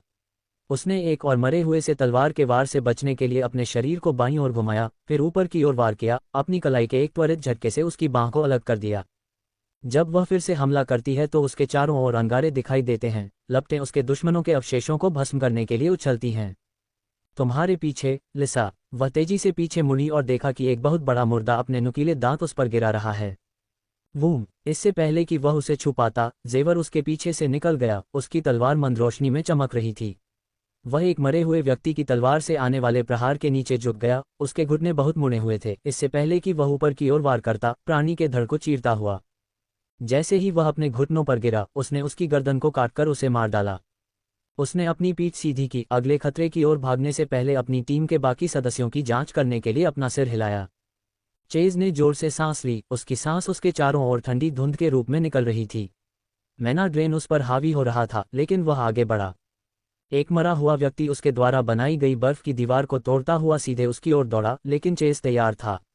उसने अपनी कलाई घुमाई, बर्फ का एक भाला बुलाया। एक तेज प्रहार के साथ बर्फ के भाले ने मरे हुए व्यक्ति की छाती को छेद दिया, उसे बीच में ही जमने दिया और फिर टुकड़ों में बिखर गया। अपने बाएं तरफ काल ने दहाड़ लगाए और मरे हुए लोगों के एक समूह पर हमला किया। उसका भारी शरीर उन्हें चीरता हुआ आगे बढ़ रहा था। उसका विशाल युद्ध हथौड़ा चौड़े चाप में घूम रहा था, हर वार के साथ खोपड़ियां और हड्डियां चकनाचूर हो रही थीं। वह एक आने वाले ब्लेड के नीचे झुक गया, अपने पैरों को जमीन पर मजबूती से टिकाया और फिर अपने हथौड़े को ऊपर की ओर घुमाया। एक मरे हुए व्यक्ति को जमीन से उठाया और उसे वापस भीड़ में फेंक दिया। अच्छा काम किया सभी ने। दबाव बनाए रखो, जेवर चिल्लाया, उसकी हरकतें धुंधली हो गईं। वह एक साथ लगभग हर जगह था, तेज साफ वार के साथ मरे हुए लोगों को काट रहा था। उसने अपने पैर की उंगलियों पर घूमकर एक पंजे के वार से बाल बाल बचा, लेकिन फिर नीचे की ओर वार करके उसने एक मरे हुए व्यक्ति के सिर को उसके कंधों से अलग कर दिया। मरे हुओं की लहर कम होने लगी, उनकी संख्या घटती गई क्योंकि टीम ने सही तालमेल में काम किया। लिसा ने अपनी तलवार घुमाई, हवा में लपटें उठ रही थीं और उसने दो और लोगों को एक साथ काट डाला। मिया ने नीचे झपट्टा मारा, अपनी हवा का इस्तेमाल करके मरे हुओं का संतुलन बिगाड़ा और फिर एक तेज केंद्रित हवा के ब्लेड से उसकी पीठ को चीर दिया। डेरेक ने दोनों हाथ उठाए, एक आखिरी स्टोन फिस्ट बुलाया जो बचे हुए मरे हुओं पर गिर पड़ा, उसे एक बड़े से बूम। कुछ बचे हुए मरे हुए लड़खड़ाते हुए आगे बढ़े, उनकी हरकतें सुस्त और कमजोर हो गईं। लगभग हो गया, चेज ने बड़बड़ाया, उसकी आवाज़ थकान से दब गई थी। उसने बर्फ के स्पाइक्स की एक आखिरी लहर बुलाई, उन्हें जमीन से गोली मारते हुए, उनके रास्ते में आखिरी मरे हुओं को छेदते हुए। जब आखिरी मरे हुए गिर गए, उनके शरीर धूल में बिखर गए। जेवर ने अपना हाथ उठाया, टीम को रुकने का संकेत दिया। सब लोग रुको, हम अभी के लिए सुरक्षित हैं। टीम बीच में इकट्ठी हुई, उनकी सांसें भारी लेकिन राहत भरी थीं। थोड़ी देर आराम करो, जेवर ने निर्देश दिया, उसका स्वर स्थिर था। लेकिन अपने पैरों पर खड़े रहो, ये कालकोठरी हमें अगले रहा। अचानक हवा में एक जोरदार गर्जना गूंज उठी जो पूरे शहर में गूंज उठी। उनके पैरों के नीचे की जमीन कांप उठी और उनकी रीढ़ की हड्डी में ठंडक दौड़ गई। वह क्या था? मिया ने चौंकते हुए चारों ओर देखते हुए अपनी आंखें चौड़ी कर लीं। सब लोग सतर्क रहो, जेवर चिल्लाया। टीम ने सहज रूप से अपना सिर आवाज के स्रोत की ओर घुमाया। दूर काले आसमान की पृष्ठभूमि में बादलों में एक विशाल नीली चमक दिखाई दे रही थी। अध्याय 227 गिरे हुए लोगों की चीखें। आसमान में क्या है? गिल्ड के एक पुरुष सदस्य ने बड़बड़ाया। ये बहुत बड़ा है। बहुत बड़ा। तुम लोगों को नहीं लगता कि यह। इससे पहले कि वे अपना कथन पूरा कर पाते, फिर से दहाड़ गूंजी और काले बादलों में एक आकृति उभरी। यह एक हड्डी वाला ड्रैगन था। इसकी हड्डियां नीली लौ से ढकी हुई थीं और इसका शरीर काले फटे हुए तराजू से ढका हुआ था। एक नीली प्रतिभा खिड़की अचानक प्रकट हुई। राक्षस, मरे हुए अस्थि ड्रैगन। कुल लड़ाकू शक्ति 62,476 ए रैंक। यह उभरा। इसकी कंकाल संरचना मंद प्रकाश में चमक रही थी। इसके नीले लौ पंख चौड़े हो गए, एक नीली चमक बिखेरते हुए जो समूह पर छा गई। क्योंकि यह करीब आ गया, हवा इसके शक्तिशाली फ्लैप की गूंज से भर गई। ड्रैगन की आंखें नीली लौ के साथ चमक उठी, तीव्रता से टीम पर टिकी हुई। क्या बकवास है, चेज ने फुसफुसाते हुए कहा। उसे डर और विस्मय का एक स्पर्श महसूस हुआ। ड्रैगन के जबड़े चौड़े हो गए, दांतों की पंक्तियों को प्रकट करते हुए, और इसने एक और हड्डी कपकपी वाली दहाड़ लगाई जिसने पूरी टीम की रीढ़ की हड्डी में सिहरन पैदा कर दी। ध्वनि ने हवा को इतनी तीव्रता से कंपन किया कि उनमें से अधिकांश अपने घुटनों पर गिर गए, अपने कान बंद कर लिए, जबकि कुछ पहले से ही कमजोर संरचनाओं ने खुद को और भी कमजोर कर लिया। ये बहुत बड़ा है, डेरेक ने कहा। उसके हाथ सहज रूप से बन गए रक्षात्मक रुख अपनाते हुए उसने खुद को तैयार किया। हमें किसी भी चीज के लिए तैयार रहना चाहिए। जेवर ने अपनी आंखें सिकोड़ते हुए स्थिति का आकलन किया। सब लोग अपनी ताकत जुटाओ। हम इसे खुद को डराने नहीं दे सकते। हमने मरे हुओं से लड़ाई की, हम इस जानवर को मार सकते हैं। ये निश्चित रूप से बॉस राक्षस है। अपने आप को तैयार करो। हड्डी का ड्रैगन नीचे की ओर झपटा। उसके विशाल पंखों से हवा के झोंके आए जिसने उन्हें लगभग उनके पैरों से गिरा दिया। जैसे ही हड्डी का ड्रैगन एक जोरदार धमाके के साथ उतरा, टीम के पैरों के नीचे की जमीन हिल गई। धूल और मलबा उनके चारों ओर घूम गया, जिससे उनका दृश्य कुछ पल के लिए अस्पष्ट हो गया। जेवर अपनी टीम की ओर मुड़ा। सब लोग लड़ने के लिए तैयार हो जाओ। हम इस चीज को नीचे ले जा रहे हैं, चुप रहो। इससे पहले कि वह अपनी बात पूरी कर पाता, एक तेज आवाज हवा में गूंज उठी। यह आदेश इतना शक्तिशाली था कि जेवर सहज रूप से रुक गया। पूरी टीम ने अपना ध्यान हड्डी के ड्रैगन की ओर मोड़ दिया। अपने विशाल सिर के ऊपर से एक काली आकृति हवा में उछली और उनसे कुछ फीट आगे उतरी और एक जोरदार धमाके के साथ पूरे युद्ध क्षेत्र में हड़कंप मच गया। जैसे ही धूल साफ हुई, आकृति लंबी और खतरनाक दिखाई दी। उनके सामने एक गहरे नीले रंग की प्रतिभा खिड़की दिखाई दी जिसमें उसका शीर्षक दिखाई दिया। राक्षस, मरे हुए कंकाल dragon general Alexei von Velor ward. Boss. कुल लड़ाकू शक्ति 62,436 ए रैंक। उनके चारों ओर की हवा भारी हो गई। हड्डी वाले ड्रैगन और ड्रैगन जनरल दोनों से आने वाले मोटे मन और आभा ने हवा को लगभग दम घोंटने वाला बना दिया। तुम इंसान कभी नहीं सीखते, आकृति बोली। उसकी आवाज़ ठंडी और तिरस्कार से भरी हुई थी। और मैं इससे थकने लगा हूँ। कोई बात नहीं, मेरा कर्तव्य है कि मैं इसे निभाऊं। गिल्ड के कई सदस्य चौंक गए, उनकी आंखें सदमे में चौड़ी हो गईं। T2A रैंक वाले राक्षस, किसी ने बुदबुदाया। उनकी आवाज़ डर से कांप रही थी। जेवर ने अपनी मुट्ठियां भींच लीं। शांत हो जाओ सब लोग, हमने इसके लिए प्रशिक्षण लिया है। उसकी आवाज़ ने टीम को एकजुट करने की कोशिश की, लेकिन अनिश्चितता की हल्की सी दरार थी। अब हम घबरा नहीं सकते। जब अचानक अलेक्सी के हाथ से ऊर्जा की एक विशाल ब्लेड जैसी किरण फूट पड़ी, जो एक चकाचौंध भरी चमक में आगे की ओर कट गई। हमले की ताकत ने युद्ध के मैदान को विनाशकारी शक्ति के साथ चीर दिया, जिससे हवा में ही दरार पड़ गई। इसके नीचे की जमीन फट गई और टुकड़े टुकड़े हो गए, जिससे एक गहरा दांतेदार निशान रह गया जो पूरी धरती पर फैल गया। इसके बाद जो शॉकवेव आए, वह विनाशकारी से कम नहीं थी। हवा गुस्से में चिल्ला रही थी, इतनी तीव्रता से क्षेत्र में घूम रही थी कि टीम के अधिकांश लोग मलबे में फंसकर पीछे की ओर उछल गए। कुछ लोग हवा में लुढ़क गए, उनके हथियार बिखर गए, जबकि अन्य लोग हिंसक झोंकों में अपने पैर जमाने की कोशिश में बेताब होकर जमीन में खोदने लगे। जब आखिरकार झोंके कम हुए और धूल जमने लगी, तो दृश्य किसी बुरे सपने से कम नहीं था। शव युद्ध के मैदान में बिखरे पड़े थे, कटे हुए और बेजान। उनके नीचे खून जमा हुआ था, जो मिट्टी में समा गया था, जिससे खंडहर खून से लथपथ कब्रिस्तान में बदल गया था। खून के धब्बे धरती पर फैल गए। गहरा लाल तरल पदार्थ अलेक्सी के हमले से बनी दरारों में रिस रहा था। पीड़ा की चीखें हवा में भर गईं। मेरा पैर, हे भगवान, मेरा पैर! गिल्ड के सदस्यों में से एक ने चीखते हुए कहा, उस स्टंप को पकड़ते हुए जहां कभी उसका पैर था। घाव से खून बह रहा था और उसका चेहरा असहनीय दर्द से मुड़ गया था। एक और गिल्ड सदस्य, बमुश्किल जिंदा, जमीन पर तड़प रहा था। उसका धड़ 2 टुकड़ों में बंट गया था। उसने खुद को आगे खींचने की कोशिश करते हुए अपनी उंगलियां कमजोर तरीके से हिलाईं, जिससे उसके पीछे खून की मोटी धार निकल गई। मदद करो कोई, कृपया! मांस के जमीन पर गिरने की आवाज गूंजी। जब एक और व्यक्ति बेजान होकर गिर पड़ा, उसका शरीर कंधे से कमर तक साफ साफ फट गया। जेवर का दिल तेजी से धड़क रहा था जब उसने नरसंहार के इर्द गिर्द नजर डाली। उसकी सांसें उसके गले में अटकी हुई थीं। उसका दिमाग तेजी से दौड़ रहा था, उस क्रूर नरसंहार को समझने की कोशिश कर रहा था जो एक पल में ही सामने आ गया था। वह अपने साथियों की हताश चीखें सुन सकता था, भयावह, हड्डियां कंपा देने वाली चीखें जो हवा में मौत की अचूक गंध भर रही थीं। खून और जली हुई मिट्टी की बदबू ने उसका दम घोंट दिया, जिससे ध्यान केंद्रित करना मुश्किल हो गया। लानत है, डेरेक चिल्लाया, खुद को जमीन से ऊपर धकेलते हुए। उसका चेहरा डर से मुड़ गया क्योंकि वह भयानक दृश्य देख रहा था। क्या हम किससे लड़ रहे हैं? मुझे लगा कि यह सिर्फ एक के रैंक वाला राक्षस है। पास में ही खून से लथपथ एक मरहम लगाने वाला अपनी आपूर्तियों से जूझ रहा था। उसके चेहरे पर आंसू बह रहे थे क्योंकि वह एक गिल्ड सदस्य की कटी हुई भुजा को फिर से जोड़ने की कोशिश कर रहा था। शांत रहो, कृपया शांत रहो, उसने विनती की, हालांकि उसकी आवाज़ कांप रही थी, जैसे कि उसे पता था कि उसके प्रयास व्यर्थ थे। लेकिन असली खौफ अलेक्सी खुद था, जो पूरी तबाही में ठंडी गहरी आंखों से खड़ा था। उसने नरसंहार को देखा, बिना हिले, जैसे कि यह एक असुविधा से ज्यादा कुछ नहीं था। प्रशिक्षित, अलेक्सी की आवाज़ तिरस्कार से भरी हुई थी, जो उसके ब्लेड की धार की तरह हवा में कट रही थी। मेरे खिलाफ जाने के लिए?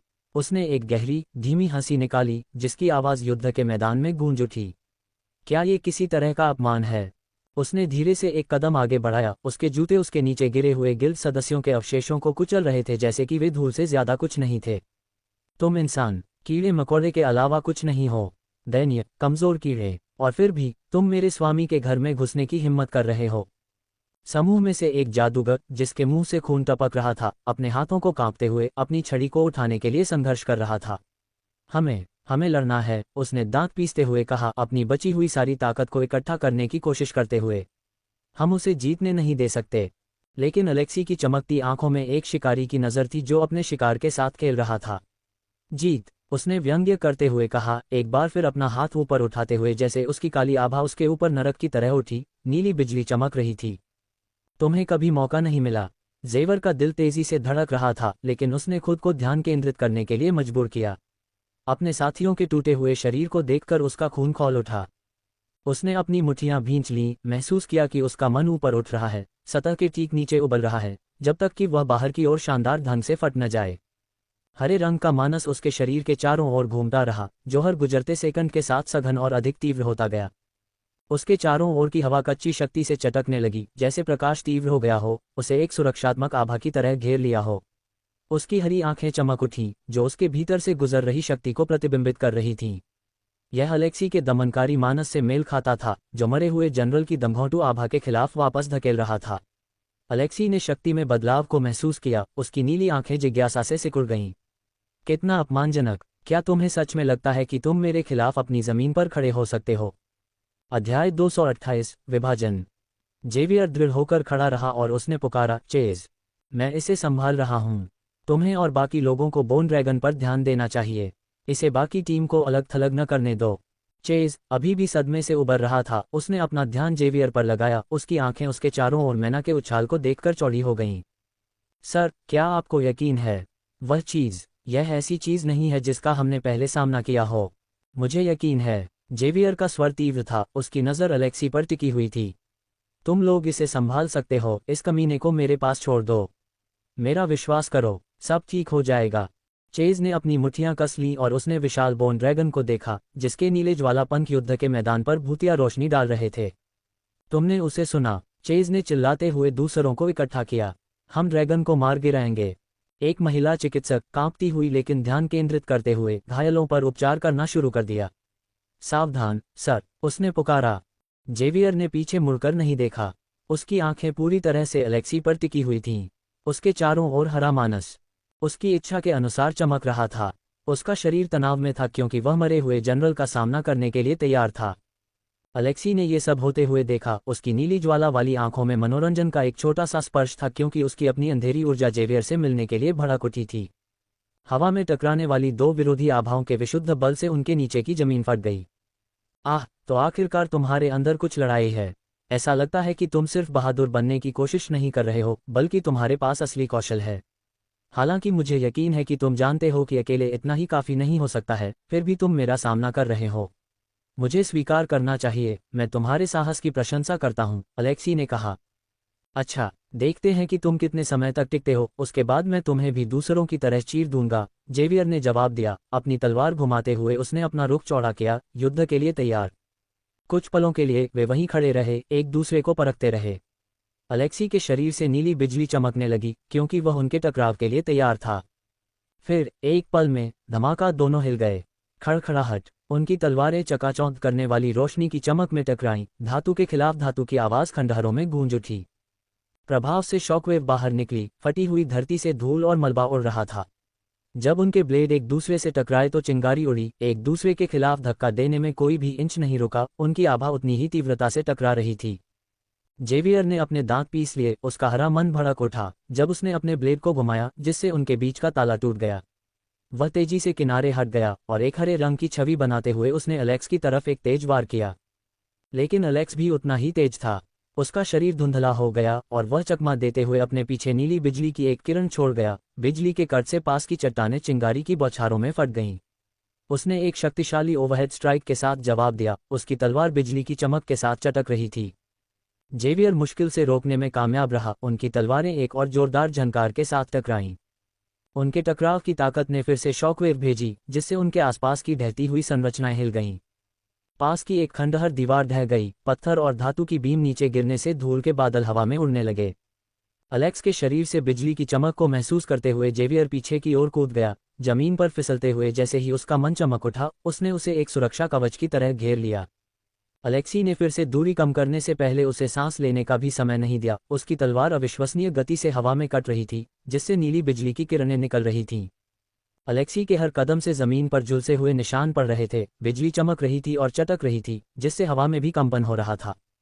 जेवियर अपने पैरों पर हल्के से खड़ा रहा, हमलों को चकमा देता रहा और उन्हें रोकता रहा। हर टकराव के साथ दबाव बढ़ता जा रहा था। जैसे जैसे वे आगे बढ़े, उनकी लड़ाई धुंधली होती गई। वे खंडहरों के बीच से गुजरे, एक दूसरे के इर्द गिर्द घूमते हुए उनके शरीर धुंधले होते जा रहे थे। बार बार टकराने पर तलवारें चमक रही थीं। इस बीच चेज ने खुद को शांत किया। उसकी सांस स्थिर थी क्योंकि वह उनके ऊपर मंडराते हुए विशाल अस्थि ड्रैगन को देख रहा था, जिसके नीले ज्वालापंख युद्ध के मैदान में चमक बिखेर रहे थे। ठीक है सब लोग, सुनो, उसकी आवाज अराजकता के ऊपर गूंजी। हमें अस्थि ड्रैगन पर ध्यान केंद्रित करने की आवश्यकता है। मैं आक्रमण का नेतृत्व करूंगा। क्या तुम पागल हो? डेरिक ने घबराकर उस विशाल प्राणी की ओर देखा। वह चीज हमें कीड़ों की तरह कुचल सकती है। हम इसे हमारे शेष सदस्यों को चीरने नहीं दे सकते, चेज ने उत्तर दिया। हमें इस बारे में होशियार होना होगा। काल, तुम आगे बढ़ो। शारीरिक वृद्धि प्रतिभाओं के साथ सभी अन्य लोगों का नेतृत्व करो ताकि अवसर पैदा हो। बढ़िया, हमें मांस की चक्की में फेंक दो, काल ने बड़बड़ाया। तुम सच में आत्मविश्वास जगाना जानते हो। बस मुझ पर भरोसा करो। ठीक है, चेज ने तीखी आंखों से जवाब दिया। हमने इसके लिए प्रशिक्षण लिया है। मिया, तुम मेरे साथ हो। इसे असंतुलित रखने के लिए अपनी हवा का उपयोग करें।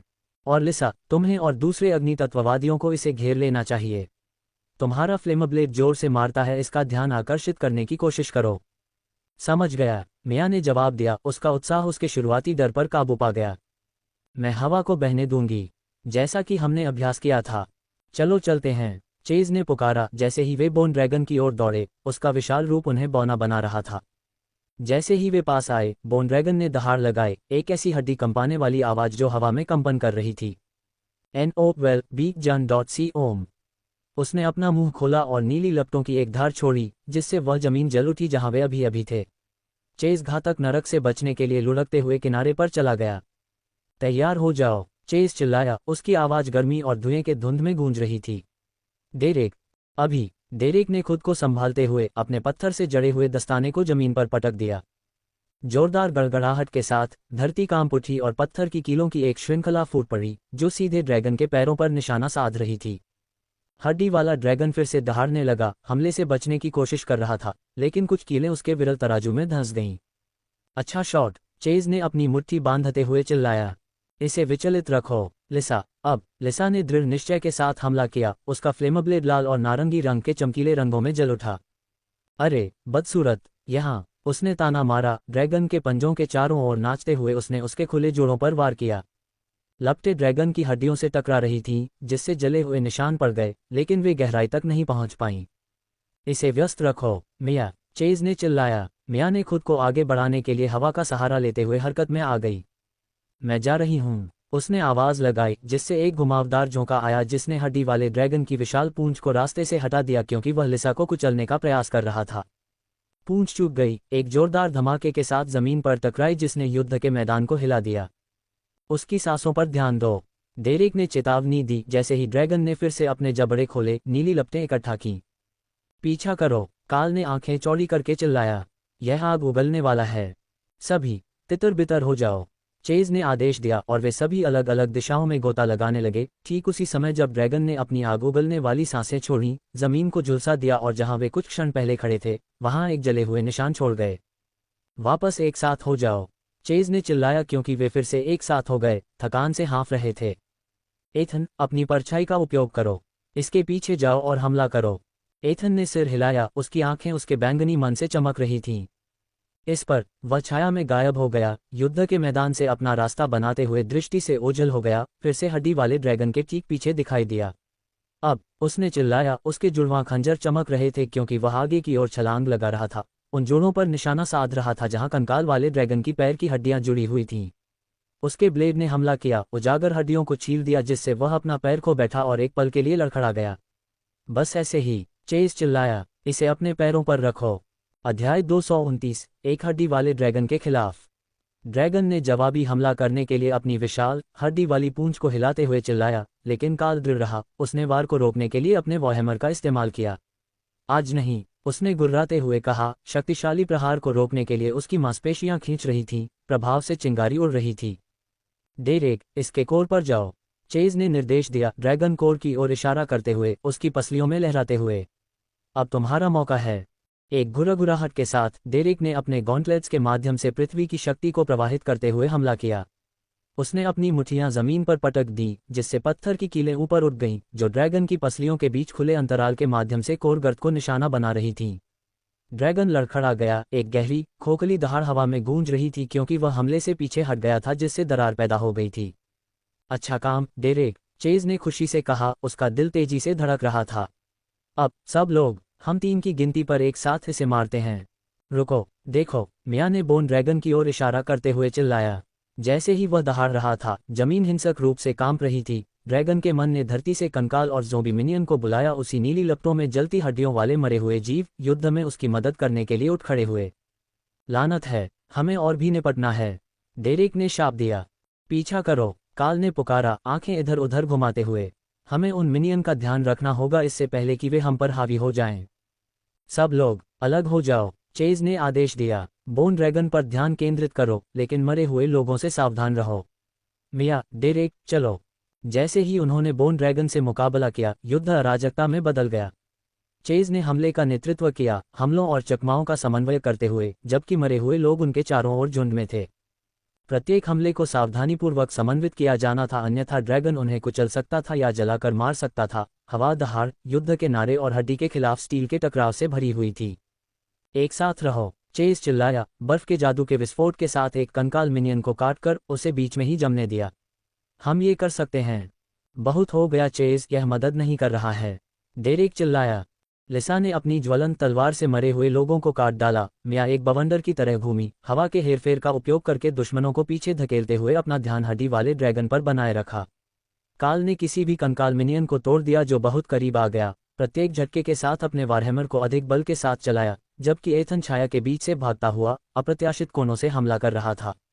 लेकिन हड्डी वाला ड्रैगन सभी मरे हुए लोगों के साथ अकेला था, जो उनके लिए बहुत ज्यादा हो रहा था। यह नीली लपटें उगल रहा था और प्रत्येक दहाड़ के साथ और अधिक मरे हुए लोगों को बुला रहा था, प्रत्येक हमले के साथ और अधिक उग्र होता जा रहा था। युद्ध का मैदान हड्डियों और मलबे से अटा पड़ा था। घायलों की चीखें गूंज रही थीं क्योंकि गिल्ड के सदस्य मरे हुए लोगों की अंतहीन लहर के खिलाफ अपनी जमीन पर टिके रहने के लिए संघर्ष कर रहे थे। चेज, हम उन्हें और अधिक समय तक रोक नहीं सकते, मिया ने हौंफते हुए कहा। उसका मन लगभग समाप्त हो गया था क्योंकि उसने कंकाल के गुर्गों के एक समूह को पीछे धकेल दिया था। बस थोड़ी देर और, चेज ने आग्रह किया, हमें इसे नीचे गिराना होगा इससे पहले। अचानक हड्डी के ड्रैगन ने एक और जोरदार दहाड़ लगाई जिसने जमीन को हिला दिया, जिससे अंधेरे ऊर्जा की एक शॉकवेव बाहर की ओर चली गई। बल ने गिल्ड के अधिकांश सदस्यों को उनके पैरों से गिरा दिया, जिससे वे गिर पड़े। सभी पीछे हटो, चेज ने खड़े होने के लिए संघर्ष करते हुए चिल्लाया। हम इस चीज को हमें तोड़ने नहीं दे सकते। लेकिन जैसे ही धूल जमने लगी, मरे हुए ड्रैगन के परिजनों की एक नई लहर जमीन से उठ रही थी। नीली लपटों से चमकते हुए शरीर, उनकी खोखली आंखें टीम के सदस्यों पर टिकी हुई थीं। डेरिक ने घुराते हुए एक आने वाले कंकाल मिनियन को अपने गॉन्टलेट से रोक दिया और फिर उसे जमीन पर पटक दिया। युद्ध के मैदान में बिखरी हुई हड्डियां अभी भी नीली आग से हल्की सी चमक रही थीं। पीछा करो, डेरिक चिल्लाया। क्या तुम इन सभी कमीनों को फ्रीज नहीं कर सकते? तुम्हारे पास एस रैंक की प्रतिभा है, भगवान। चेज ने झुककर देखा, क्योंकि एक और मरे हुए ड्रैगनकिन ने उस पर हमला किया। उसके पंजे उसके चेहरे को मुश्किल से छू पाए। उसकी आंखों में नीली आग और भी तेज हो गई। जैसे ही वह चीखा, फिर से आगे बढ़ा। चेज ने एक बर्फीले भाले को घुमाया, बर्फ के जादू के साथ उसके पसलियों को चीरते हुए उस जीव को पूरी तरह से जमा दिया। मैं उन्हें फ्रीज कर सकता था, उसने चिल्लाकर कहा, लेकिन यह मुझे पूरी तरह से थका देगा। अगर मैं यहाँ बेहोश हो जाऊं, तो यह मरने के लिए कहने जैसा ही है। एक और मरे हुए ड्रैगन के परिजन ने हमला किया। उसके जलते हुए जबड़े मियाँ की बांह पर झपट रहे थे। वह चिल्लाए, हमले से बाल बाल बच गई क्योंकि उसकी नुकीली हड्डियां उसके शरीर के आर पार हो गईं। उसके कवच को चीरती हुई और खून बहने लगा। वह लड़खड़ाती हुई पीछे हटी, अपने दांत पीसते हुए। हमें एक योजना की जरूरत है, मियाँ ने बेदम होकर चिल्लाया, क्योंकि उसने कंकाल राक्षस के एक और हमले को रोका। डेरेक, अभी भी कंकाल योद्धाओं की भीड़ के बीच से अपना रास्ता बनाते हुए, एक निराश गुर्राहट के साथ बोला। तुम्हारा क्या हाल है, चेज? उसने एक हड्डी के सैनिक की खोपड़ी को टुकड़ों में तोड़ते हुए पूछा। तुम्हें कितना भरोसा है कि तुम हड्डी के ड्रैगन को खत्म कर सकते हो? चेज का ध्यान फिर से डेरेक की ओर गया। वह भ्रमित था। क्या? उसने कहा, एक मिनियन को बीच में ही जमते हुए। उसकी नीली लपटें उसके सॉकेट में बुझ गईं क्योंकि वह जमीन पर बिखर गया। उत्तर दो, लानत है सवाल। डेरेक ने चिल्लाते हुए एक और मरे हुए को पीछे धकेला, जो उसके शरीर को चीरने की कोशिश कर रहा था। उसके गॉन्टलेट मैना से भड़क उठे, हड्डियों में एक शॉकवेव भेजकर उसे विघटित कर दिया। हमारे पास इसके लिए समय नहीं है। बोन ड्रैगन का कोर पहले से ही क्षतिग्रस्त है। हमें बस किसी ऐसे व्यक्ति की जरूरत है जो आखिरी वार करे, ठीक वैसे ही जैसे आप इन मिनियंस को पूरी तरह से फ्रीज करके खत्म करते हैं। क्या आप इसके कोर को फ्रीज नहीं कर सकते? चेज का दिल उसकी छाती में धड़क रहा था और उसकी आंखें बोन ड्रैगन की ओर दौड़ रही थीं। उसने एक पल के लिए सोचा, ऐसा नहीं लग रहा था कि कोई भी बर्फ का हमला उसके चारों ओर मौजूद नीली लपटों से आगे नहीं बढ़ रहा था। इसके अलावा यह उसे एक पल में खत्म कर सकता था। यही वह था जो सामने मौजूद अन्य लोगों के साथ हो रहा था। उसने अपने कंकाल के पंजों को चौड़े चापों में घुमाया, कई गिल्ड सदस्यों को एक तरफ धकेल दिया। उनके शरीर धरती पर गिर गए, कुछ रैगडॉल की तरह संरचनाओं को तोड़ रहे थे। दर्द की चीखें गूंज उठीं जब मरे हुए लोग करीब आ गए। उनके अस्थि अंग मांस को चीर रहे थे, उनके पंजे उनके शिकार में गहरे घाव कर रहे थे। गिल्ड के सदस्य गिर रहे थे, कुछ अपने घुटनों पर थे। खून उनके नीचे की जमीन को भिगो रहा था क्योंकि मरे हुए लोगों की सेना ने उन्हें घेर लिया था। एक आदमी चिल्लाया जब एक कंकाल ड्रैगन ने उसके पैर को चीर दिया। नीली आग उसके शरीर को जला रही थी क्योंकि प्राणी ने जोर से काटा, मांसपेशियों और हड्डियों को जोर से काटा। चेज, अगर हम इसे अभी खत्म नहीं करते हैं, मियाँ ने एक निकटवर्ती मिनियन का सिर काटने के लिए अपनी तलवार घुमाते हुए कहा, हम सभी मर चुके हैं। चेज ने झपट्टा मारा, तुम दोनों मुझ पर दबाव डाल रहे हो। क्या इसे खत्म करने का कोई तरीका है जो मुझे नहीं पता? क्या तुम लोग नहीं देख सकते कि हम सचमुच घिरे हुए हैं?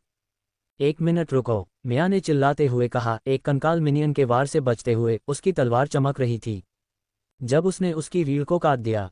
क्या होगा अगर आप ड्रैगन के कोर पर बर्फ का भाला फेंक दे बजाय इसके कि आप उसके करीब जाएं? चेज ने एक और हमला टाल दिया, मियाँ की तरफ देखते हुए भौहें उठाईं। एक बर्फ का भाला? और क्या? कृपया बताएं, आपको ऐसा क्यों लगता है कि यह उस चीज के कोर को भेदने के लिए पर्याप्त होगा? ये सभी लपटों में पिघल जाएगा। उसने एक कंकाल ड्रैगन के वार को रोका। उसकी जलती हुई हड्डियां फुफकार रही थीं क्योंकि उसका बर्फ से ढका ब्लेड उसके कोर पर लगा था। डेरेक, अपने दांत पीसते हुए, जब उसने एक और मरे हुए व्यक्ति की पसलियों को चकनाचूर कर दिया, निराशा में बड़बड़ाया। तो फिर तुम एक बर्फ का भाला क्यों नहीं फेंकते? चेज ने जवाब दिया, उसकी आवाज़ व्यंग्य से भरी हुई थी। क्या एक पृथ्वी का भाला बेहतर काम नहीं करेगा? मुझे इतनी शक्तिशाली चीज बनाने में बहुत समय लगेगा। डेरेक ने चिल्लाते हुए कहा, अपने गॉन्टलेट से आने वाले वार को रोकते हुए एक दंडात्मक जवाबी हमला किया जिससे हड्डियां सभी दिशाओं में उड़ गईं। मैं पहले ही घेर लिया गया था और टुकड़े टुकड़े कर दिया गया था, इससे पहले कि मैं इसे पूरा कर पाऊं। चेज ने गुर्राहट के साथ कंकालों की एक और लहर को चीरते हुए कहा। युद्ध का मैदान जल्दी ही एक दुष्स्वप्न बन गया। हड्डियों और नीली लपटों के साथ जमीन बिखरी हुई थी और शेष गिल्ड सदस्य मुश्किल से अपनी जमीन पर टिके हुए थे। और भी मरे हुए ड्रैगन के परिजन बढ़ते रहे। तो फिर तुम मुझसे क्या करने की उम्मीद करते हो? चेज ने झल्लाहट में कहा। उसकी बर्फ की प्रतिभा ने एक और ब्लेड को संघनित किया और उसने इसे एक और मरे हुए को खत्म करने के लिए घुमाया, लेकिन जीव आते रहे। अगर मैं बहुत करीब आ गया तो यह मुझे एक ही वार में खत्म कर देगा। मैं वहां तक नहीं जा सकता और काल, जो लाइन को पकड़े हुए था, अपने वारहैमर से वार को रोक रहा था, अचानक बोला, क्या होगा अगर हम तुम्हें वहां फेंक दें? एक पल के लिए युद्ध का मैदान रुक गया। चेज मुड़ा, उसका चेहरा भ्रम से भरा हुआ था। क्या मुझे फेंक दो? अध्याय 230, लापरवाह योजना। हाँ, काल ने कहा, कंधे उचकाते हुए उसने एक और कंकाल मिनियन को ऐसे दूर भगाया जैसे कि वह कुछ भी नहीं था। क्या होगा अगर हम तुम्हें सीधे ड्रैगन के कोर पर लॉन्च करें? तुम्हें मरे हुओं के बीच से नहीं गुजरना पड़ेगा। तुम्हें एक स्पष्ट शॉट मिलेगा। मिया की आंखें चौड़ी हो गईं और डेरिक भी एक सेकंड के लिए रुक गया। उसका मुंह सदमे में खुला रह गया क्योंकि वह दूसरे हमलावर को रोक रहा था। यह पागलपन है, मिया ने कहा। हम उसे मार सकते हैं अगर हम उसे गलत तरीके से फेंकते हैं, या इससे भी बदतर, हम चूक जाते हैं, उसे सीधे ड्रैगन के मुंह में भेज देते हैं। डेरिक ने अपना सिर हिलाते हुए कहा, एक किक के साथ हड्डी का एक टुकड़ा उड़ा दिया। लेकिन काल पीछे नहीं हट रहा था। मैं गंभीर हूं। अगर हम इसे सही समय पर करते हैं तो चेस ड्रैगन के कोर को मार सकता है इससे पहले कि उसे पता चले कि क्या हो रहा है। हमें बस ये सुनिश्चित करने की जरूरत है कि वह अपने लक्ष्य को भेदे। क्या तुम सब पागल हो गए हो? चेस चिल्लाया, अपनी बर्फ की तलवार के एक झटके से दूसरे मिनियन को काट दिया। उसके चारों ओर बर्फ का जादू फैल गया जिससे सभी दिशाओं में ठंडी हवा की लहर दौड़ गई। तुम मुझे हड्डी वाले ड्रैगन पर फेंकना चाहते हो? या तो यही होगा या फिर हम इन मरे हुए कमीनों से घिर जाएंगे। डेरिक ने गुर्राते हुए कहा। उसकी मुट्ठियां धरती पर पटक रही थीं, जिससे एक छोटी सी शॉकवेव पैदा हुई जिसने कई मरे हुए लोगों को रैगडॉल की तरह हवा में उछाल दिया। हमारे पास अब कोई विकल्प नहीं है, चेज। मिया की आंखें हड्डी वाले ड्रैगन और मरे हुए लोगों की लहरों के बीच झिलमिला रही थीं। मुझे ये स्वीकार करने में नफरत है, लेकिन काल की बात सही है। ये हमारा एकमात्र शॉट हो सकता है।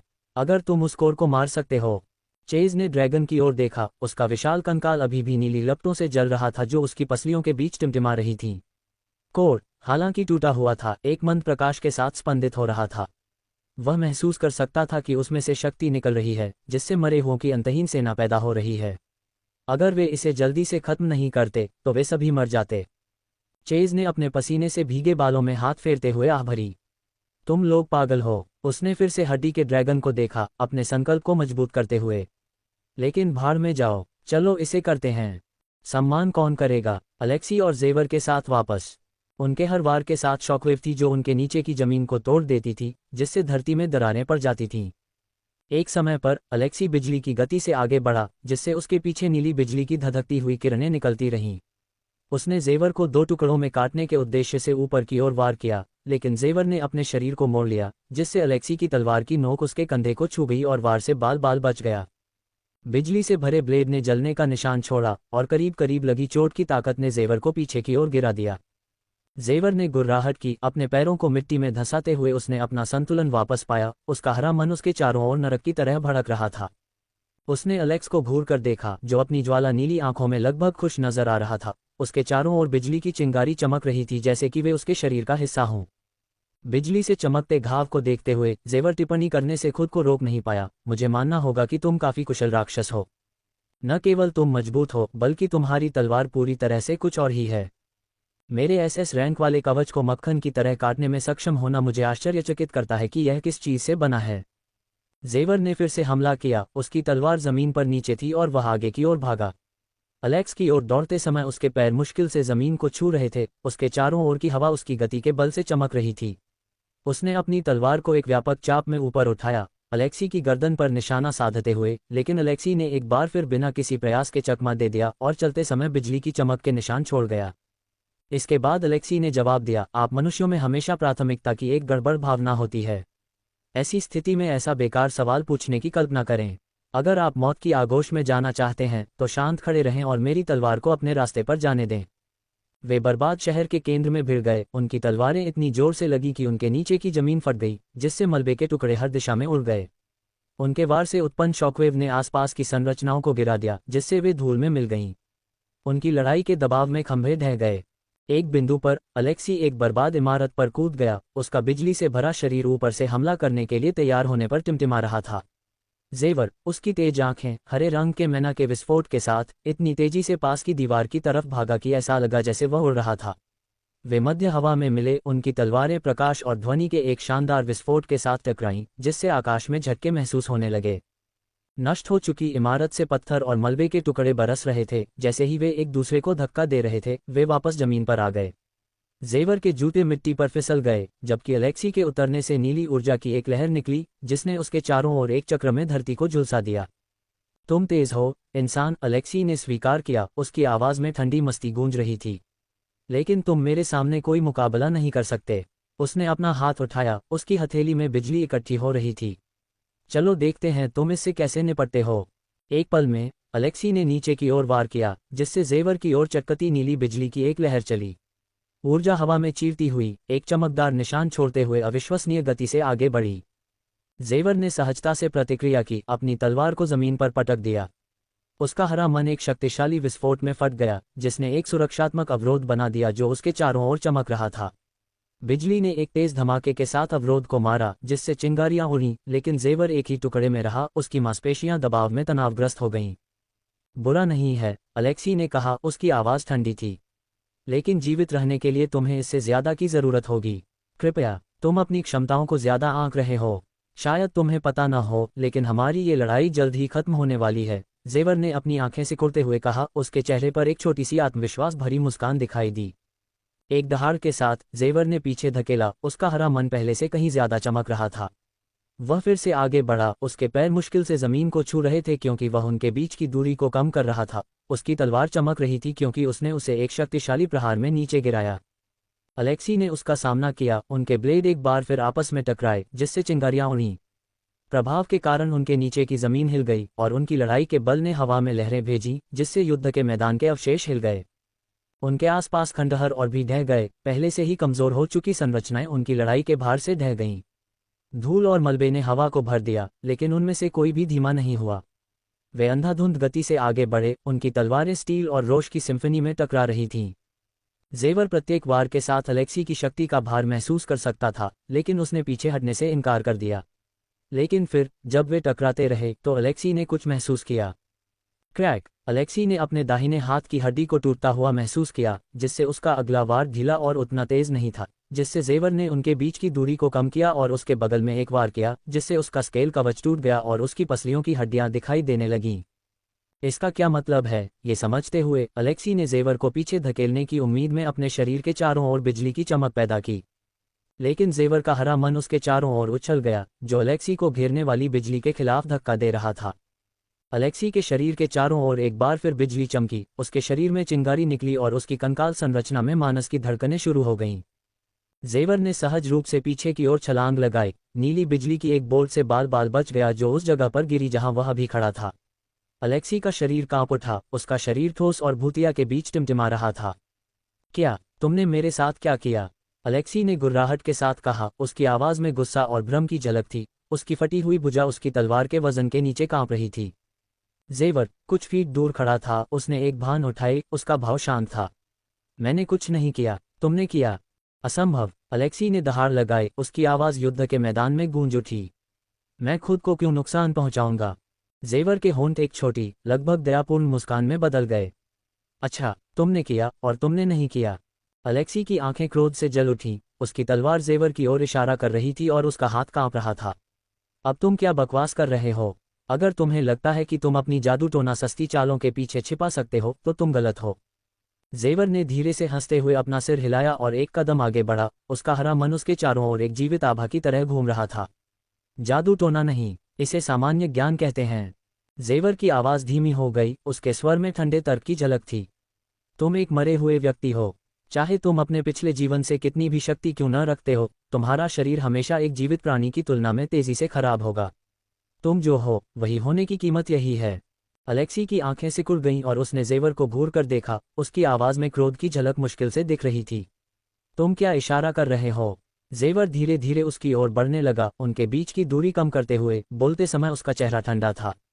मैं कह रहा हूं कि तुम एक के रैंक वाले मरे हुए व्यक्ति ने मुझसे लड़ने का फैसला किया एक एसएस रैंक वाले जागृत व्यक्ति ने, और यह केवल समय की बात थी कि तुम्हारा शरीर तुम्हें छोड़ देगा।